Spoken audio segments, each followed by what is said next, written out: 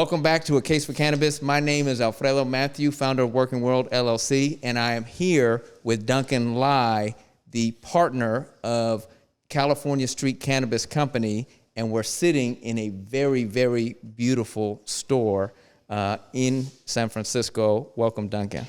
Hey, thanks for having me. Or welcome in. Welcome in. I love this place. I love the colors. I love the history here. Tell us a little bit about where we are.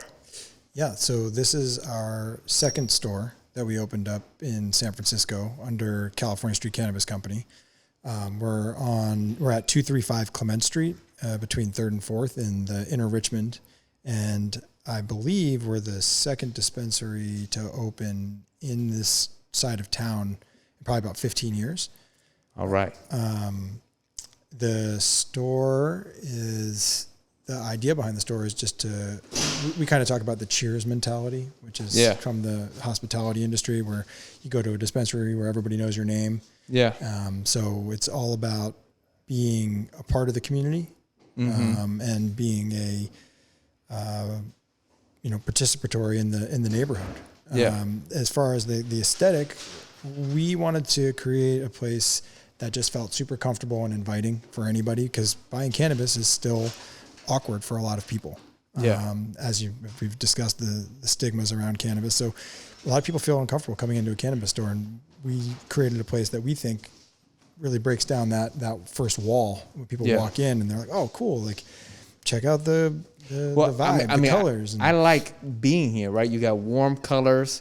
The displays are beautiful. And, you got a sofa right here. It makes me want to sit and spend some time. Yeah, and we encourage people to come and hang out. The mural was done by a local artist, and it's about the neighborhood, right? It's about the Richmond. It's paying tribute to the Russian community and the Chinese community that have been here for a long time. The Cliff House is literally or figuratively on fire, I feel like, every generation. Yeah. So that's kind of what's going on there.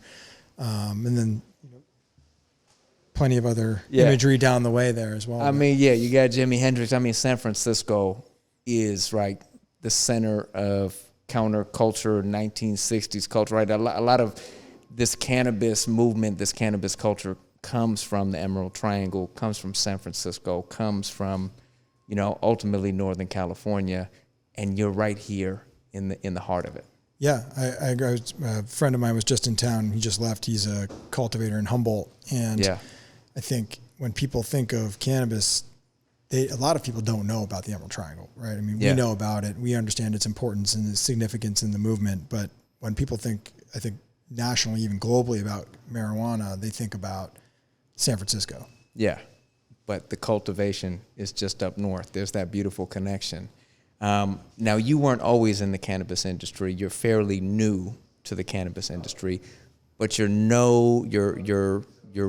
know small business, hospitality. How did you first become an entrepreneur?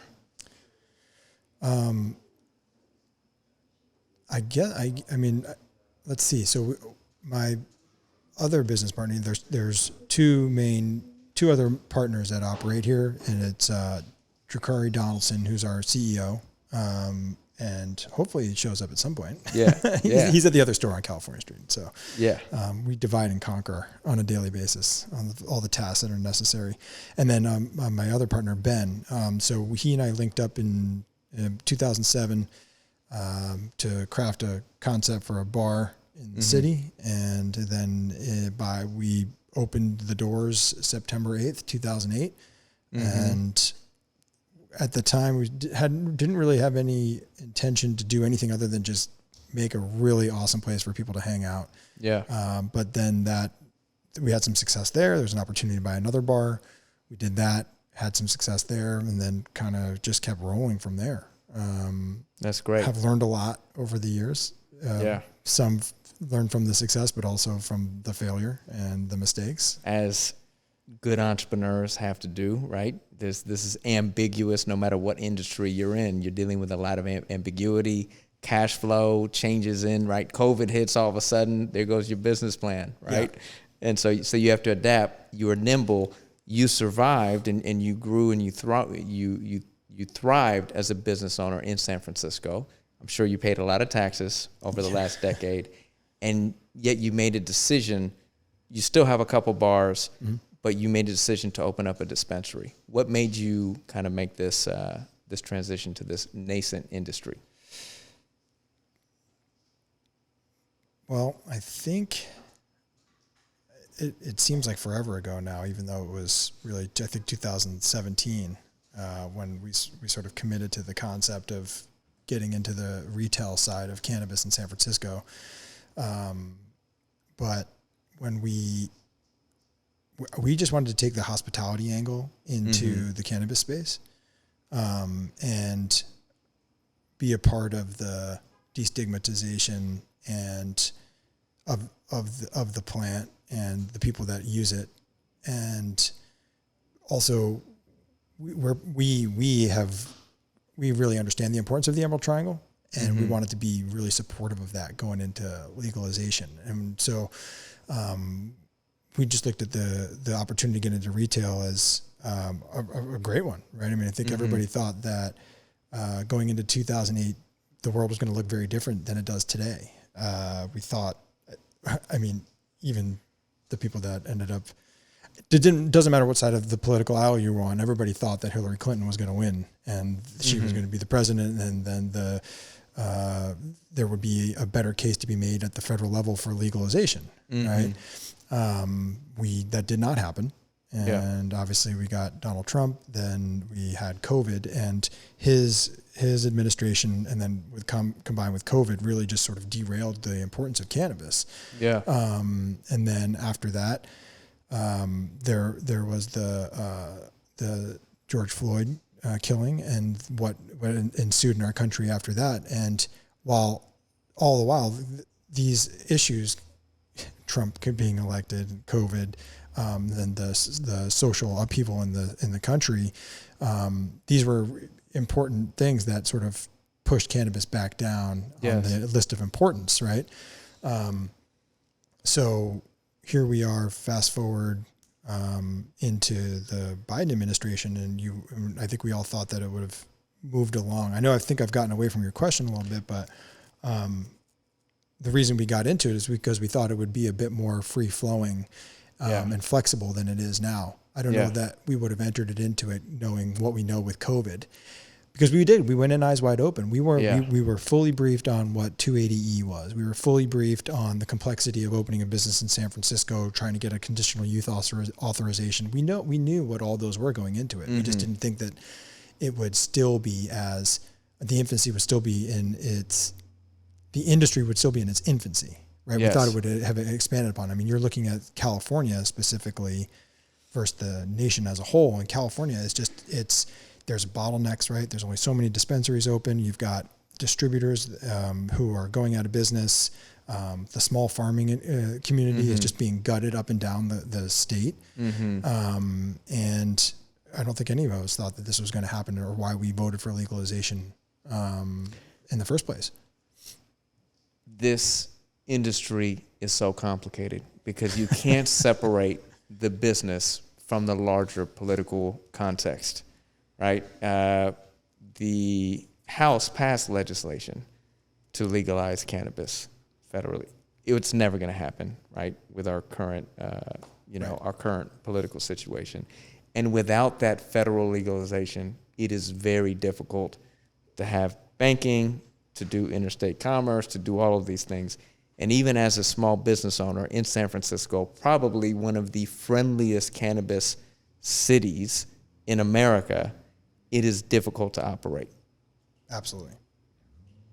Why, with this incredible connection to the best cultivators in the world, with a culture that, even though, yes, it is stigmatized, it is also embraced more than many other communities across the country, why is there still a challenge for you to operate in this environment?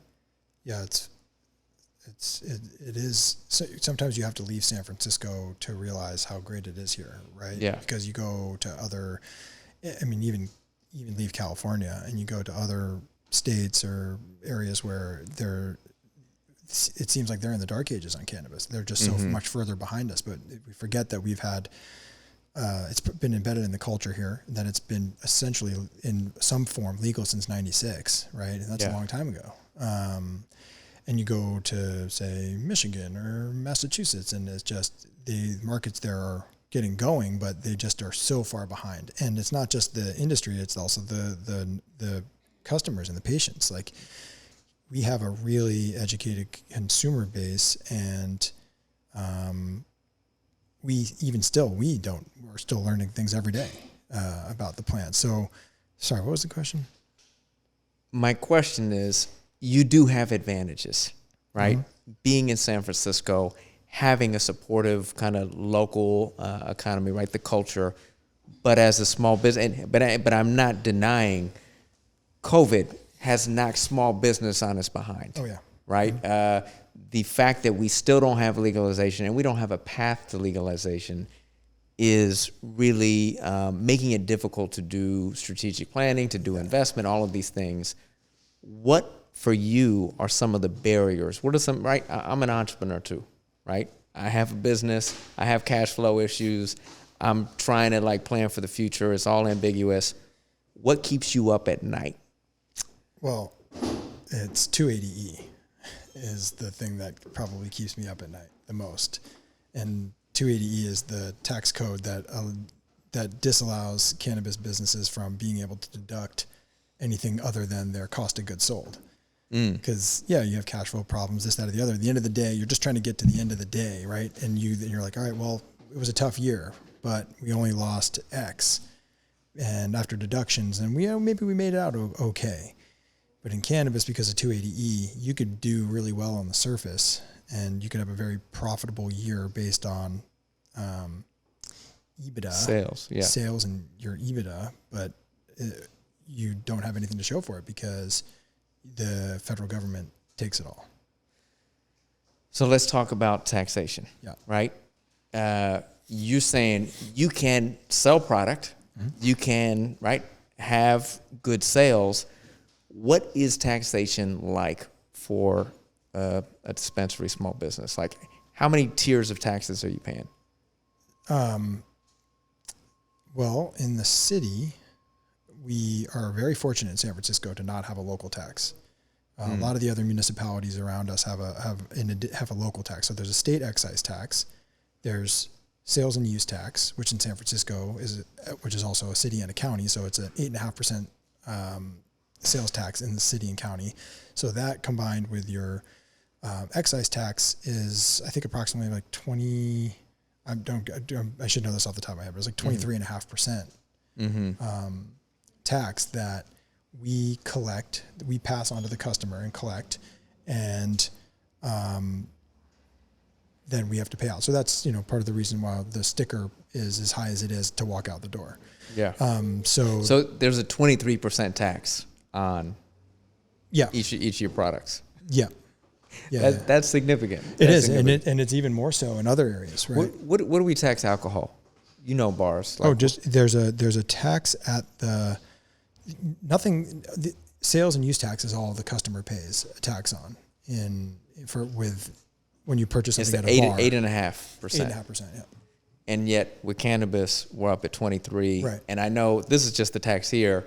There's a tax on the cultivator. There's a tax on every part of the value chain. Yeah, and I think in alcohol, it's just at the distribution level. It's all done, or maybe, I think it's just at there's some, maybe the farmers pay something on the hops and things. So I want to give the politicians a little grace because they don't understand this industry. They do not. They had to, I think there was a bargain that was made. We're going to legalize this recreationally, but we're going to tax the hell out of it, and we're going to figure. But it's obviously not really working if what you said earlier, this is a part of California's culture. This is an industry that is employing a lot of people. A lot of people want to be working in this industry. We don't even know the full benefits of this plant. We only know, right, THC and CBD, right? There's all these other cannabinoids. We don't even know what it can do. It's medicine, and yet we're not allowing the industry to flourish. Yeah, that's right. How, and now you don't have to fix it, but what would you like to see for this industry to be able to flourish? Well, I think it's going to be hard work to destigmatize an entire industry overnight, right? But I think that a lot of it could be done at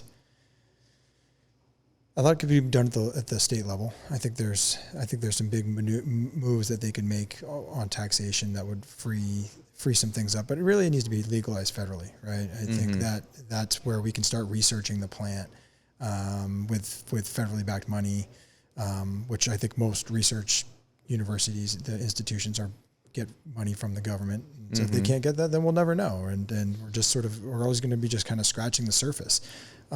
So there are so many ways that people can be involved in cannabis, but if it's at this level, then it's really only going to be, if it continues down this path, then it's only going to be the big guys that are be able to be successful here. And I think they're going to monopolize things, and they're going to create this sort of like monolithic culture in cannabis. And like, that's what is cool about cannabis, is that that it is diverse, and it's just like it's the coolest, most eclectic thing out there. And it's a craft culture, right? This is a craft, like you can have multiple of these stores. There's only one California Street Cannabis Company, right? It's very unique. And that's some of the beauty of this industry, right? Yep. Even though there's plenty of companies that are just going to cookie cutter them, right? They're just going to make, like, our store is unique. Our store on California Street is unique. Now, they have the same name, but you walk in and it is just like, you're like, all right, I feel like I've been here before. As opposed to like an Apple store, you walk in, you're like, oh, this is where this product goes, and this is where this is. It's all just the same, right? It's like, but what we've seen, right, with COVID, small businesses getting shut down, Target, Walmart, Amazon taking up market share. I mean, that's my concern about where we're going. 100%. Is what we just did, our response to COVID, to shut down the small businesses and hand all the market share to the online store. I mean, that was a shame. So we have to actually contradict this. We have to fight this. We have to promote small business and entrepreneurship. Are you, as a small business owner, you've been in the game, you've done it for over 14 years now, are you thinking towards the future of like hoping like these are some strategic things I can do moving forward? Are you more like reactive to, waiting to see, what happens from the state? Or I think we're trying to be strategic. I mean, I think we're just trying to get to the other side. As I mentioned, when we got into this, we thought that the legal landscape would look very different, and we are seemingly still very far away from that. But you'd be crazy to open a business without anything to set your compass to. Right? Yeah. There's no North Star in cannabis. So opening a business, even whatever you have the craziest idea you can ever come up with, and you're like, yeah, but at least that's north, and I know that that's north, and we're just going to keep going that direction. Cannabis, everything just keeps changing, whether it's the regulations or the promise of change to,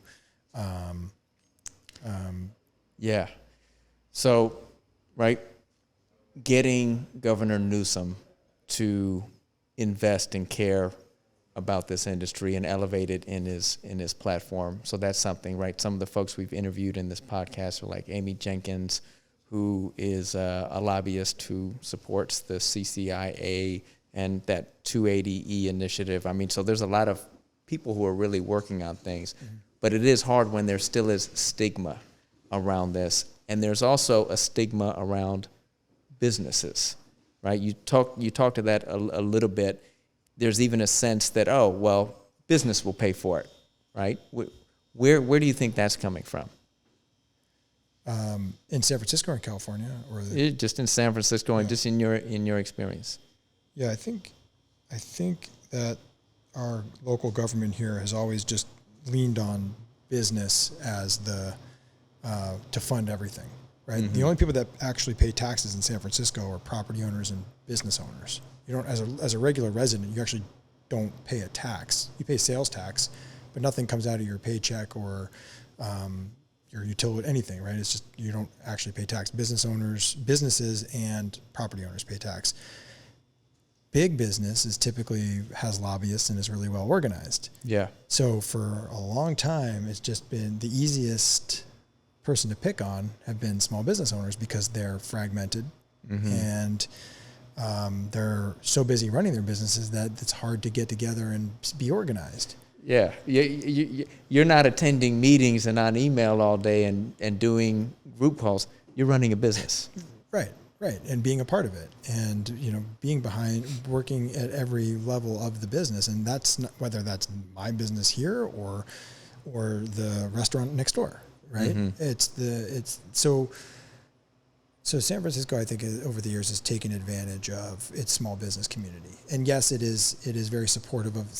The communities are supportive of the neighborhood businesses, but the city hall, the city government is not supportive. This is Dre. Hey Dre, how you This doing? was supposed to be you. It's all right, like his dog. All right, we can't change everything in the world, but we can give you a microphone, and we can say, hey, Governor Newsom, hey, folks, let's please shed a light. Let's make some changes. How has this whole equity licensing experience, right? We talk with a lot of equity owners in Oakland and other places, Kika Keith down in LA. They've had a lot of challenges down there, right? Even getting to launch. Has the process improved? I mean, what has been your experience? I think the process is getting better, but it's still super cumbersome and challenging. I know for a fact that some of the people that Nikki Elliott has made, I know of changes that she has made that have removed some of the levels of bureaucracy. And that's what we need more of. We need people to, it's one thing for us to be, we've been doing this for a long time, getting conditional use authorizations in the city of San Francisco. So the getting the one at California Street wasn't the first one we had gone through. We understood the process. And owning businesses, you see all of these flawed bureaucracies that just gunk up the works, right? Yeah. It's one thing to be able to complain about it. It's another thing to say, hey, look, this is a problem. It can be fixed. Somebody needs to fix it. And for someone to, at the city level, to take it and say, you're right, this is ridiculous. We can solve that problem. We need more people like that at the government level to clear out those barriers that just are really seemingly arbitrary. I'm trying to think of the specific example. I think what it was there was an equity, at the state level, the equity licenses are, they do have priority. Yeah. But no, you know what? I'm not going to remember the exact specifics of it, but then someone had followed up and I had heard that Nikki had then actually put someone on that task of responding to that particular issue. I mean, you have the right advocate at the state. Nicole Elliott formerly ran the equity cannabis program here in San Francisco, right? So we're interviewing her tomorrow. So I'm going to say hey, this is all the stuff that I've heard. Yeah, and I think that's the thing for us, is that we are not inexperienced. We know the challenges of trying to open a business like this that has a controlled substance, that it has a stigma on it. You're going to have to come into a neighborhood and tell a bunch of people that think that this is, literally the devil's poison, right? That it isn't, and that just because cannabis isn't part of your family's definition, maybe it's my family's definition, right? That's challenging, but we knew that we were getting into that. And then there's the issues that you have with, again, as I mentioned, the bureaucracy, but we don't want to just clear it out for ourselves to be able to get our license. We want to get our stores open, but what we try and do when we hit an issue like that, we want it to be cleared away for us, but we don't want it to be somebody else's issue as well, who's behind us, because we know we've opened 2 stores since 2020 we opened the first one, but we've probably opened as many stores as any of the other operators in San Francisco. So we know that the challenges that it comes with. I think we're trying to expose those inefficiencies along the way. To say, hey, this is a problem. It could be fixed. And if it wasn't us, the other person would just get turned around and have no way through this part of the system. So we don't want it to just be blocked. We're not trying to say, hey, now that we're open, forget everybody else. And it shouldn't be all your work to do that. No, it There's shouldn't. literally hundreds of other operators small businesses who need the same thing. But you do have to aggregate. In order to have a larger voice, you do have to, support one another and get aligned behind things. So Absolutely. excited about that happening and right, barriers being removed, bureaucracy being removed, reducing some of the excessive taxation. What are you finding about workforce and talent pathways? Do people want to work in your dispensaries? Like, is there a demand? I think so, and I think that it has. COVID really changed things, right? I think people were really excited to work in the cannabis space, and then COVID hit, and I don't think anybody was really excited about working in any space, because of how complicated things got. I think we had a really solid crew that helped us weather through the storm of COVID at our first store, because we were an essential service, so we were open every day. Nobody ever really took any time off. And those were scary times. Oh yeah. To be on the front line. We didn't know what this all was. And right. It was intense. I mean, you're right. It was scary times. It's crazy to think back on it because there hasn't really been any time for reflection. No, because it's you're just running all, a business. it's hard, and it all bled into the next crazy thing. Right? It all bled in. I mean, it's been a wild ride, but your business was an essential business. It did remain open. You've navigated. A lot of other businesses had to shut down. Yeah. For many months. Yeah, and Dre and I had to sell one of our bars for pennies on the dollar just because couldn't make it work anymore. Yeah. Because of COVID. So that was a bummer. But yeah, so hiring. Yeah, so I think people do. I think that we're getting people who are coming from all different areas of the workforce. Folks that have retail experience and want to get into the retail side. And I'm talking specifically here, and that's really what I can mainly speak to. People that are just super passionate about cannabis and want to know more. Yeah. And then people who are coming from other industries like tech, or they've just burned out in other areas, and they're just like, we don't want to do this anymore. I want to do something more human, right? Because at the end of the day, we get to have really intense discussions with customers and patients on a daily basis, all day. About their health. And about things that are going to make them feel better. Yeah. And, that is when you get somebody, I think everybody feels this, right? It's tiring and exhausting, but I think everybody who works here, and me included, like when you have an experience with a customer where they come back and they're like thanking you because you've literally changed their life, because you helped them get into something that was going to be that either made their headache go away. I can sleep now. Sleep and anxiety. I'm not anxious. I can go to work and I'm not afraid to talk to people. Yeah. Sleep and anxiety are probably the two biggest things. But yeah, so I think generally people have been very responsive to getting in here, and we've been continuing to grow our workforce. And I think we're all trying to figure out where this industry is going to go, what it's going to look like next, and where the opportunities are going to be for people coming for, I guess for their growth within the industry where they are now, and then for people who are looking at it, trying to come out of higher education and thinking, well, how do I see myself fitting into this business?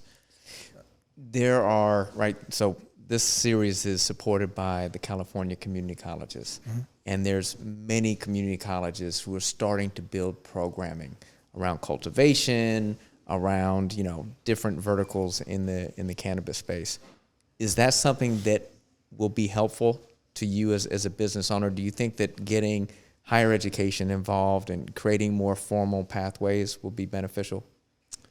Yeah, I think so. I mean, I think it's tough to say at the retail level, because I think one of the beauties of retail work for a lot of people is that it can be part-time because they're working on something else. They're in school for something else. They have something else that they're doing, and other people are here they're committed to this. This is they want to be helping people in this capacity every day.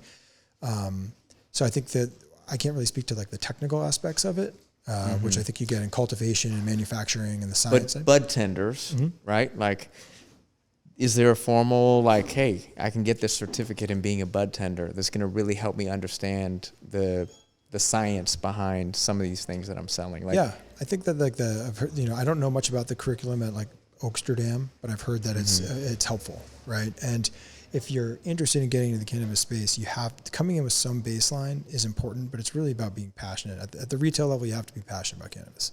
Yeah. You got to love it. Yeah. And you have to want to learn more.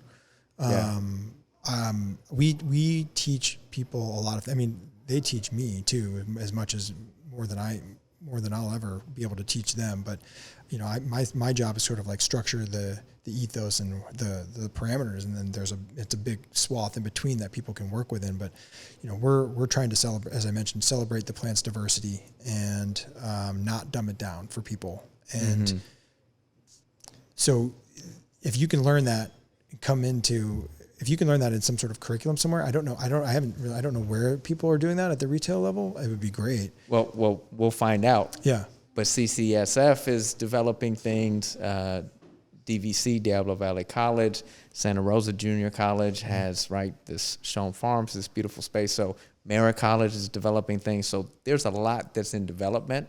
And I do believe that it will be beneficial, one, to have just formal education, not go get a bachelor's degree or associate's. I'm sure that will exist, but just-in-time education to help your employees upskill. Yeah, no, I think, some of the best experience for people here, I think, is hospitality experience, whether you worked at a bar or restaurant or like a Starbucks, right? That's that baseline of understanding customer service. And beyond that is understanding all of the things that there are on our shelves and are coming to the shelves, right? You can purchase cannabis in almost any way, shape. You can consume cannabis in almost any way, shape, or form at this point. Just looking around, we'll take a walk later. What is some of the stuff you can get here? Obviously flower, pre-rolls, and edibles, and vape cartridges are the four primary categories which we sell and everybody knows. But we also want to have other things that you may have never heard of, right? Like they're called kin slips. They're basically like little Listerine tabs. You stick on your tongue and they dissolve really quickly.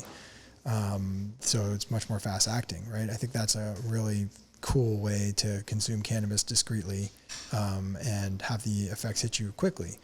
I'm thinking of some other. Got to talk into the mic. Yeah, well, I was thinking of some other fun products that we carry and it's not all one experience. No. Some are psychotropic, others are just to help you sleep. You can get anything you want, basically. Yeah, and it's not. Some people they need the psychoactive effect, and other people are just they don't want the psychoactive effect because it increases their anxiety, but they're trying to get rid of their anxiety, right? So, yeah. We always try and prescribe people slow and low, right? Like low dose, start with a low dose and consume slowly, right? You don't need to smoke a whole joint just because you bought one. Give it a sec, take one, wait, take a hit, give it a second, see how it impacts you, how it affects you. It's just so fascinating because, when I was young, this was just all illegal. It was all illicit, right? This and the war on drugs and the 80s and everything. And, my father, oh my God, never touched anything in his life. Yep. And, it was the devil, right? Yeah. For me and my family, it was the devil. And so it is overcoming some of that stigma to understand that this is a plant that has been used forever and there are benefits to it, and that this is medicine and this is food. I was reading one of your pamphlets over here. There's a culture, there's a culture in Northern California about farm to table. This is that same culture. Yeah, I think you're spot on, and I think if people were learning that at a younger age and they were learning the history of why cannabis was illegal and why it is now legal, right? Mm-hmm. Just that will change their perspective entirely on the plant and just open up our society to what this plant is capable of doing for people. And you don't have to use it, right? Yeah. Not everybody has to consume cannabis, but there's a lot of benefits that it has, and whether it's if whether it's psychoactive or not. You know, I'm still just fascinated and love learning about it. And I think that's, despite all the trials and tribulations that we're having in the industry, I think I've never been happier doing what I'm doing because of what we're doing for people and how, I think, cool and interesting I think the plan is.